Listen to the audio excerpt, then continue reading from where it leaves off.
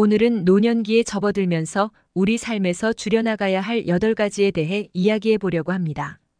나이가 들수록 우리의 시간과 에너지는 더욱 소중해지죠.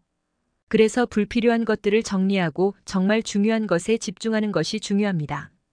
자, 그럼 하나씩 살펴볼까요? 첫 번째로 줄여야 할 것은 바로 불필요한 인간관계입니다. 이 씨는 은퇴 후에도 여전히 바쁜 일상을 보내고 계셨어요. 매주 화요일엔 오랜 친구 박 씨와 만나 차를 마시고 목요일엔 동네 노인의 모임에 참석했죠. 하지만 어느 날 이 씨는 문득 이런 생각이 들었습니다. 내가 정말 이 사람들과 시간을 보내고 싶어서 만나는 걸까? 아니면 그저 습관이 되어버린 걸까? 특히 박 씨 친구와의 관계가 마음에 걸렸어요. 박 씨는 항상 자신이 필요할 때만 연락해왔고 이 씨에게 사업 투자를 부탁하거나 경제적 도움을 요청하곤 했습니다. 하지만 정작 이 씨가 도움이 필요할 때는 바쁘다며 피하곤 했죠. 그래서 이 씨는 용기를 내어 자신에게 정말 의미 있는 관계가 무엇인지 돌아보기로 했어요. 그 결과 박 씨와의 관계가 진정한 우정이 아니라는 걸 깨달았습니다. 한편 김 씨도 비슷한 고민을 하고 있었어요. 오랜 친구 최 씨와 매주 수요일마다 만나 수다를 떨곤 했지만 만날 때마다 최 씨는 부정적인 이야기만 늘어놓고 김 씨의 이야기는 들어주지 않았죠. 매번 만남 후에는 기분이 나빠지고 에너지가 소진되는 것을 느꼈습니다. 결국 이 씨와 김 씨는 각자 불필요한 관계를 정리하기로 결심했어요. 이 씨는 박 씨와의 만남을 줄이고 김 씨는 최 씨와 거리를 두기 시작했습니다. 대신 그들은 정말 소중한 몇몇 친구들과의 관계에만 집중하기로 했죠. 그러자 놀라운 변화가 일어났습니다. 시간적 여유도 생기고 만날 때마다 더 깊이 있는 대화를 나눌 수 있게 되었어요. 이 씨는 진정으로 서로를 아끼는 친구들과 더 많은 시간을 보내게 되었고, 김 씨는 긍정적이고 서로에게 힘이 되는 사람들과의 만남을 늘려갔습니다. 여러분, 우리도 한번 생각해 봐야 합니다. 지금 우리가 만나는 사람들 중에 정말 나에게 의미 있는 관계는 몇이나 될까요? 이익만을 추구하거나 부정적인 에너지를 주는 사람들과의 관계는 과감히 정리하고 진정으로 소중하고 긍정적인 에너지를 주는 사람들과의 관계에 집중해 보는 건 어떨까요? 두 번째로 줄여야 할 것은 과도한 욕심입니다. 박 씨는 평생 열심히 일하며 돈을 모았습니다. 그 결과 노후에는 꽤 넉넉한 생활을 할 수 있게 되었죠. 하지만 박 씨는 여전히 돈에 대한 욕심을 버리지 못했어요. 부동산 시장 동향을 살피느라 정신이 없었고 친구들과 만나도 항상 자신의 지갑을 꽉 붙잡고 있었죠. 어느 날 박 씨의 손녀가 물었습니다. 할머니, 왜 그렇게 돈에 집착하세요? 지금도 충분히 잘 살고 계시잖아요. 친구들이나 저희랑 맛있는 거 먹으면서 즐겁게 지내는 게 더 좋지 않을까요? 그 말에 박 씨는 깊은 생각에 빠졌습니다. 자신이 왜 이렇게 욕심을 부리고 있는지 돌아보게 된 거죠. 결국 박 씨는 깨달았습니다. 지금 자신에게 정말 필요한 건 더 많은 재산이 아니라 가족과 친구들과 함께하는 시간이라는 걸요. 그 후로 박 씨는 부동산에 대한 집착을 버리고 대신 손녀와 함께 요리를 하거나 공원을 산책하는 등 소소한 일상을 즐기기 시작했습니다. 친구들과 만날 때도 기꺼이 베풀며 즐거운 시간을 보내기 시작했죠. 여러분, 우리도 한번 생각해 봐야 합니다. 지금 우리가 욕심내고 있는 것들이 정말 필요한 걸까요? 아니면 그저 습관적으로 더 많은 것을 원하고 있는 걸까요? 노년기에는 욕심을 내려놓고 지금 가진 것에 감사하며 살아가는 지혜가 필요합니다. 물질적인 것보다는 관계와 경험에 투자하는 것이 더 큰 행복을 가져다 줄 수 있습니다. 세 번째로 줄여야 할 것은 불필요한 걱정과 근심입니다. 이 씨는 걱정이 많은 분이었어요. 아침에 일어나면 오늘 날씨는 어떨지, 점심은 뭘 먹을지, 저녁에는 무슨 일이 생길지. 하루 종일 이런저런 걱정거리로 머릿속이 복잡했죠. 특히 손자 손녀들 걱정이 많았는데 잘 먹고 있는지, 공부는 잘하고 있는지, 친구들과 잘 지내는지 등등 끊임없이 걱정거리를 만들어냈습니다. 어느 날 이 씨의 아들이 말했습니다. 아버지, 걱정해서 달라지는 건 아무것도 없어요. 오히려 건강만 해칠 뿐이에요. 그 말을 듣고 이 씨는 깊이 반성했습니다. 자신의 걱정이 실제로 문제를 해결하는 데 도움이 되지 않는다는 걸 깨달은 거죠. 그래서 이 씨는 걱정하는 대신 할 수 있는 일에 집중하기로 했습니다. 날씨가 궁금하면 직접 밖에 나가 확인해보고 손자 손녀가 걱정되면 전화해서 안부를 물어보는 식으로요. 그러자 불필요한 걱정은 줄어들고 대신 현재를 더 충실히 살 수 있게 되었습니다.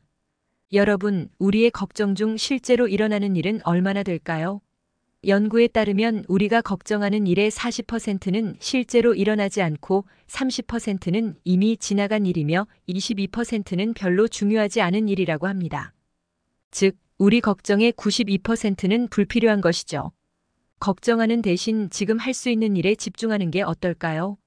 네 번째로 줄여야 할 것은 과도한 TV 시청 시간입니다. 최 씨는 은퇴 후 시간을 보내는 주된 방법이 TV 시청이었습니다. 아침에 일어나면 뉴스를 보고 오후에는 드라마를 보고 저녁에는 예능 프로그램을 보며 하루를 보냈죠. TV를 보면 시간 가는 줄 모르고 재미있어서 좋다고 생각했습니다. 그런데 어느 날 최 씨는 충격적인 뉴스를 접했습니다. TV를 하루 6시간 시청하면 수명이 5년 단축된다는 연구 결과였어요. 최 씨는 깜짝 놀랐습니다. 자신도 모르게 건강을 해치고 있었던 거죠.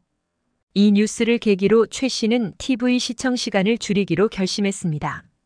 대신 그 시간에 산책을 하거나 독서를 하거나 오랜만에 친구들을 만나기 시작했어요. 처음에는 어색했지만 점점 새로운 활동들이 재미있어지기 시작했습니다.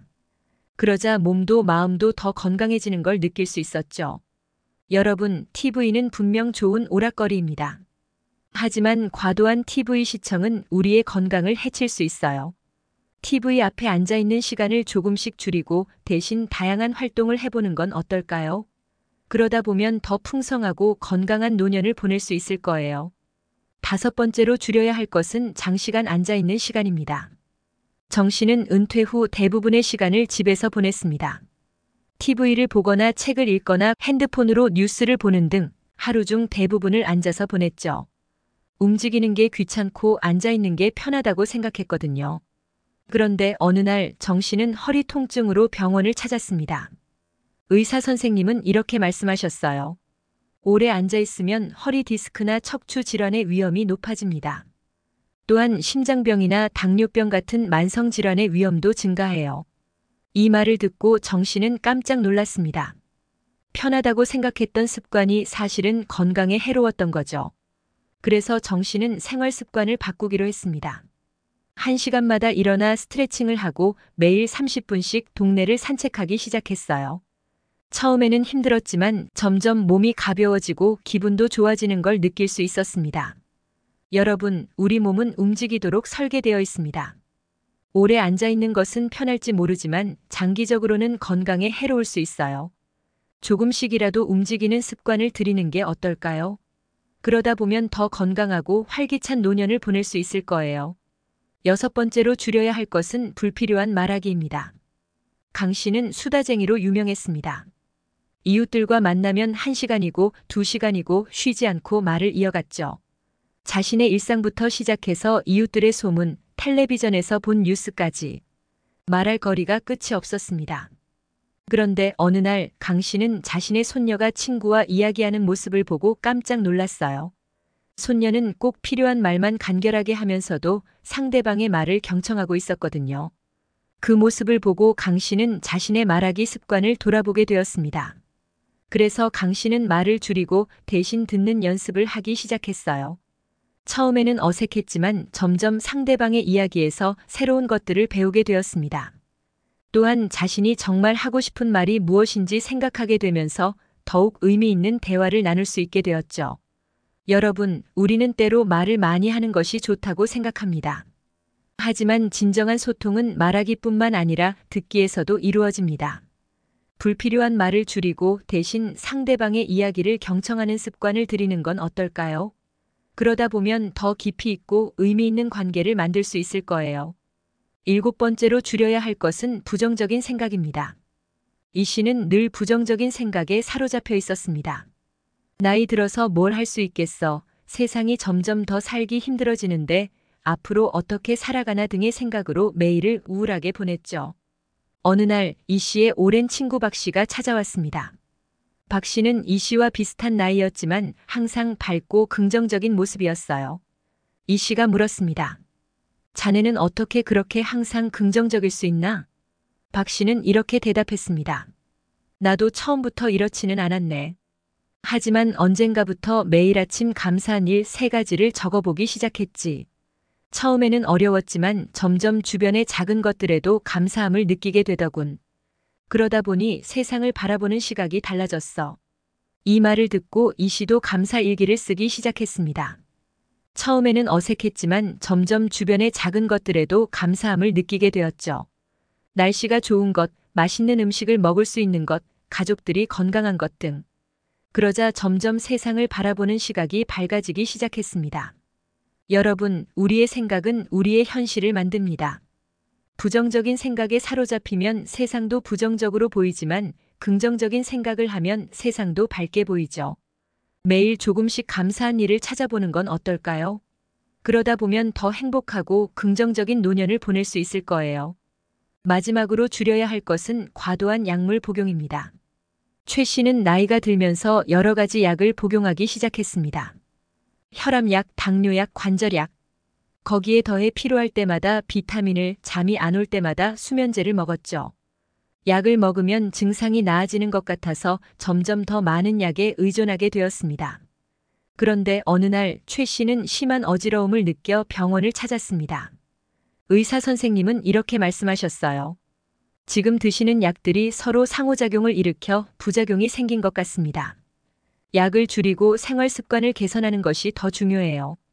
이 말을 듣고 최 씨는 깜짝 놀랐습니다. 건강을 위해 먹었던 약들이 오히려 건강을 해치고 있었던 거죠.